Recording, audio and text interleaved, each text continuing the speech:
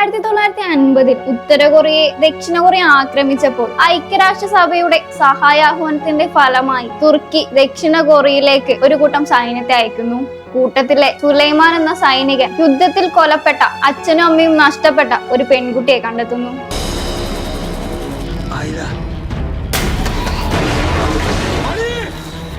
യുദ്ധക്കളത്തിൽ നിലാവിന്റെ വെളിച്ചത്തിൽ കണ്ടെത്തിയ അവൾക്ക് അയല എന്ന് പേരിടുന്നു.